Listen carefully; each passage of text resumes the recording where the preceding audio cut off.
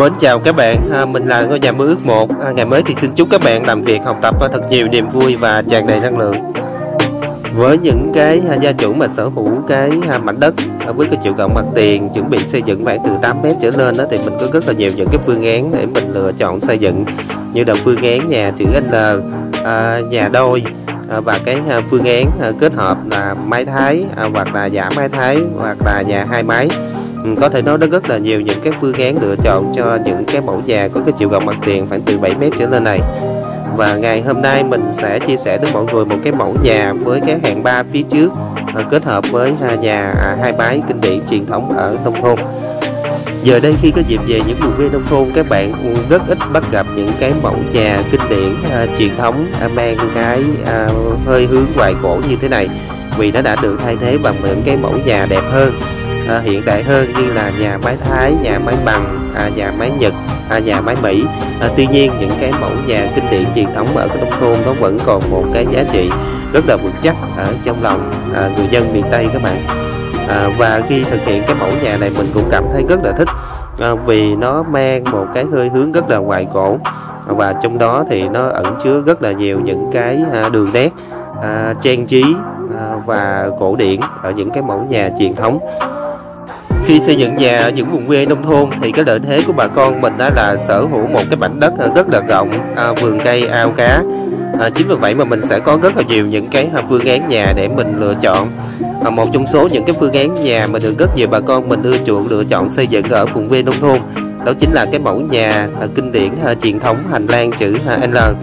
Và ngày hôm nay mình sẽ giới thiệu đến mọi người một cái mẫu nhà mang hơi hướng của mẫu nhà cổ điển truyền thống, là cái mẫu nhà cái hàng ba trước và hai mái kết hợp với hai mái. Đây cũng chính là một cái mẫu nhà kinh điển truyền thống mà mình sẽ giới thiệu đến mọi người trong cái video này.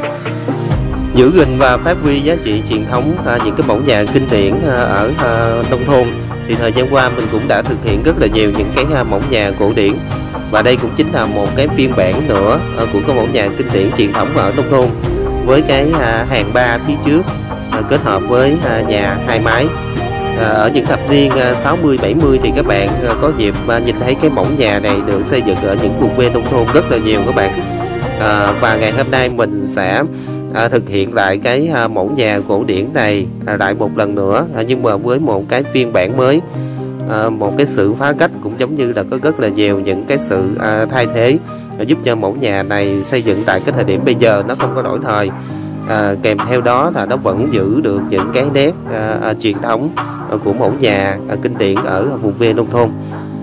Và mẫu nhà mà mình chia sẻ trong cái video này với cái chiều rộng mặt tiền là 8 m và cái chiều sâu là 13 m, với cái hàng 3 phía trước là rộng 2,5 m, một phòng khách kim phòng thờ, 3 phòng ngủ, khu vực bếp và một nhà vệ sinh. Nhân tiện trong cái video này thì mình cũng xin đi giải thích cái hàng 3. Hàng 3 là một cái thuật ngữ chỉ cái công năng, là một cái phần sảnh ở phía trước. Sau một cái thời gian dài thì cái hàng 3 này mọi người không còn gọi là hàng 3 nữa, và thay thế vào đó là mình gọi là cái hiên hoặc là cái sảnh.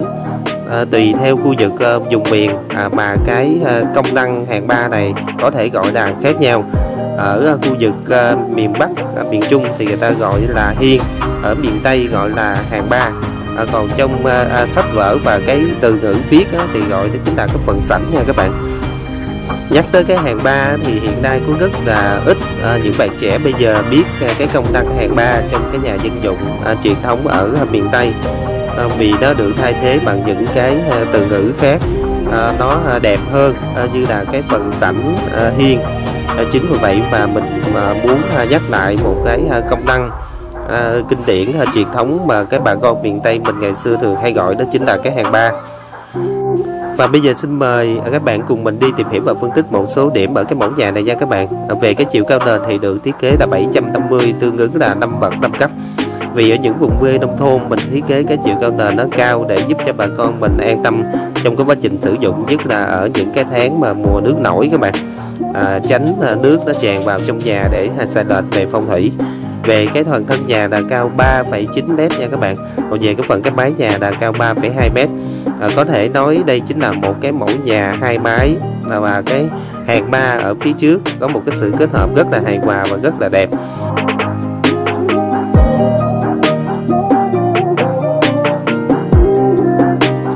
Với cái mẫu nhà 2 mái này thì mình lợp gối đỏ thì nó sẽ đúng chất nhất nha các bạn. Nhưng vì hiện nay cái phần gối đỏ đất sét nung thì nó cũng rất là hiếm, chính vì vậy mà mình sẽ tư vấn cho gia chủ là lợp gối Thái hoặc là gối Nhật màu ghi.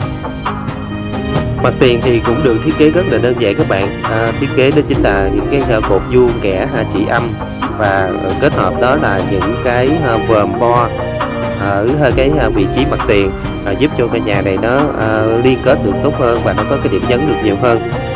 Mình sẽ thiết kế kèm theo đó là những cái lan can giúp cho ngôi nhà này nó trở nên cứng cáp hơn các bạn. Và cái lan can là một cái cấu kiện mà rất là đắt giá, và nó là một cái điểm nhấn cho cái ngôi nhà mình. Kèm theo đó là nó an toàn trong quá trình lưu thông đi lại. Về phần vật liệu thì mình sẽ chọn cho cái gạch nền của nhà này là 80x80 để giúp cho ngôi nhà này nó xây dựng tại cái thời điểm bây giờ. Mặc dù nó là mang phong cách cổ điển nhưng mà nó không có đổi thời. Về cái phần cửa thì mình sẽ chọn đó chính là cửa nhôm xin pha màu trắng. Phần màu sơn thì mình sẽ chọn cái màu nền là màu tím hoa cà, còn cái màu nhấn lúc này đó chính là màu trắng. Về cái bậc tam cấp này mình cũng sẽ tư vấn cho gia chủ là ốp đá ba cương giúp cho ngôi nhà mình nó trở nên cứng cáp hơn, sang trọng hơn và nâng cái giá trị sử dụng lên. Nếu như trong trường hợp mà kinh phí của mình hạn hẹp thì mình hãy chuyển xuống cái phương án là ốp gạch giả đá. Về phần trần thì sẽ được chọn trần thạch cao vượt cấp hết toàn bộ khu vực công năng cho cái ngôi nhà này, giúp cho ngôi nhà này nó trở nên mát mẻ hơn và có cái điểm nhấn ở cái phần trần được nhiều hơn. Vì trần thạch cao nó rất là linh động về kiểu dáng cũng giống như là thay đổi về màu sắc. Đây là mẫu nhà cổ điển 2 mái nha các bạn. Với những cái mẫu nhà 2 mái này thì cái mái nó rất là đẹp. Ở cái phần cánh én thì rất là thuận lợi trong quá trình mà mình trang trí tạo cái điểm nhấn. Và với những cái mẫu nhà cổ điển như vậy mà 2 mái nữa thì mình đứng tại cái vị trí nào nó cũng đẹp hơn các bạn, và nó cũng phát huy hết cái vẻ đẹp của cái mẫu nhà này. Trên một cái mảnh đất trống kết hợp với vườn cây thì mẫu nhà này là một cái điểm nhấn rất là đắt giá khi mà ngôi nhà này nó xây dựng tại cái địa phương đó. Mình vừa cùng các bạn trải qua và tìm hiểu một số điểm ở cái mẫu nhà kinh điển truyền thống ở cái nông thôn này. Và mình chia sẻ thêm một phần nữa là về cái phần hoàn thiện của cái ngôi nhà này, nó là bao nhiêu thì được chia ra làm 2 phần. Phần thứ nhất thì nhân công hiện tại bây giờ với mẫu nhà 2 mái thì nó sẽ dao động khoảng từ 1,2 triệu trở lên 1 mét vuông.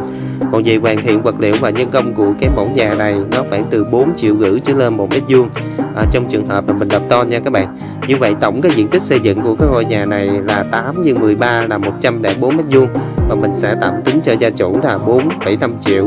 Thì như vậy hoàn thiện cái ngôi nhà này nó là như vậy hoàn thiện cái ngôi nhà này gồm có vật liệu và nhân công thì là nó là 468 triệu nha các bạn. Về phần mặt tiền thì mình sẽ chọn ốp gạch là 80x80 cái nền màu trắng nha các bạn, tạo những cái khoen gạch màu ghi để tạo cái điểm nhấn cái mặt tiền này nó trở nên sinh động hơn. Và kèm theo đó những cái khoen gạch này nó sẽ tạo một cái điểm nhấn cho cái ngôi nhà này. Việc lưu thông gió và ánh sáng cái ngôi nhà này nó rất là tốt các bạn, đến từ cái phần khoảng sân trước, cái phần khoảng sân sau và khoảng ở phía bên trái và phía bên phải, giúp cho ngôi nhà này nó càng trở nên lưu thông gió và ánh sáng được tốt hơn, và nó được rộng thoáng hơn. Khi mình đứng tại cái vị trí nào thì ngôi nhà này nó cũng phát huy hết cái vẻ đẹp của nó. Sau khi hoàn thành xong cái ngôi nhà này, mình cũng cảm thấy rất là thích các bạn, vì nó mang cái hơi hướng hoài cổ, nhưng mà nó còn rất là hợp thời đại tại cái thời điểm xây dựng bây giờ. Kèm theo đó cái đường nét cũng giống như là cái cách trang trí thì nó cũng rất là đơn giản, nhưng mà nó cũng có rất là nhiều những cái điểm nhấn thu hút ánh nhìn của nhiều người. Bên cạnh đó thì cái chi phí xây dựng của cái ngôi nhà này nó cũng khá là gần gũi với mọi người, không phải là quá đắt đỏ. Có thể nói đây chính là một cái mẫu nhà mà rất là phù hợp với gia chủ yêu thích cái phong cách cổ điển. Và để trang trí cho cái mẫu nhà này thì mình sẽ không có chọn cái phương án là ốp gạch nội thất, và mình sẽ chọn cái màu sơn để tạo cái điểm nhấn nội thất cho cái ngôi nhà này. Kèm theo đó về cái phần chân nền thì mình sẽ tư vấn cho gia chủ là ốp đá trẻ, vì hiện nay cái vật liệu đá trẻ được xem như là rẻ nhất trên thị trường. Kèm theo đó thì cái hiệu ứng của nó là mang lại thì rất là cao, nó hạn chế bám bụi bẩn và giúp cho cái chân nền của mình nó trở nên nó cứng cáp hơn.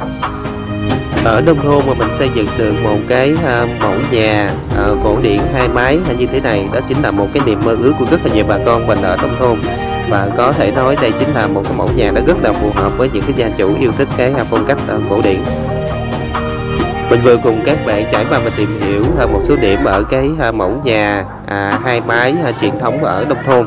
Và video của mình đến đây là xin kết thúc. Bây giờ xin nói là chào tạm biệt và hẹn gặp lại các bạn ở những cái video lần sau. Nếu mọi người quan tâm và yêu thích cái mẫu nhà này thì xin mạnh dạn để lại cái comment bên dưới, thì mình sẽ tư vấn thêm cho mọi người. Vì trong khuôn khổ một cái video ngắn ngủi như thế này thì mình cũng chưa có thể trình bày hết và chưa có thể bộc bạch hết, để mọi người có được một cái sự hình dung được trọn vẹn hơn. Mình xin chân thành cảm ơn rất nhiều.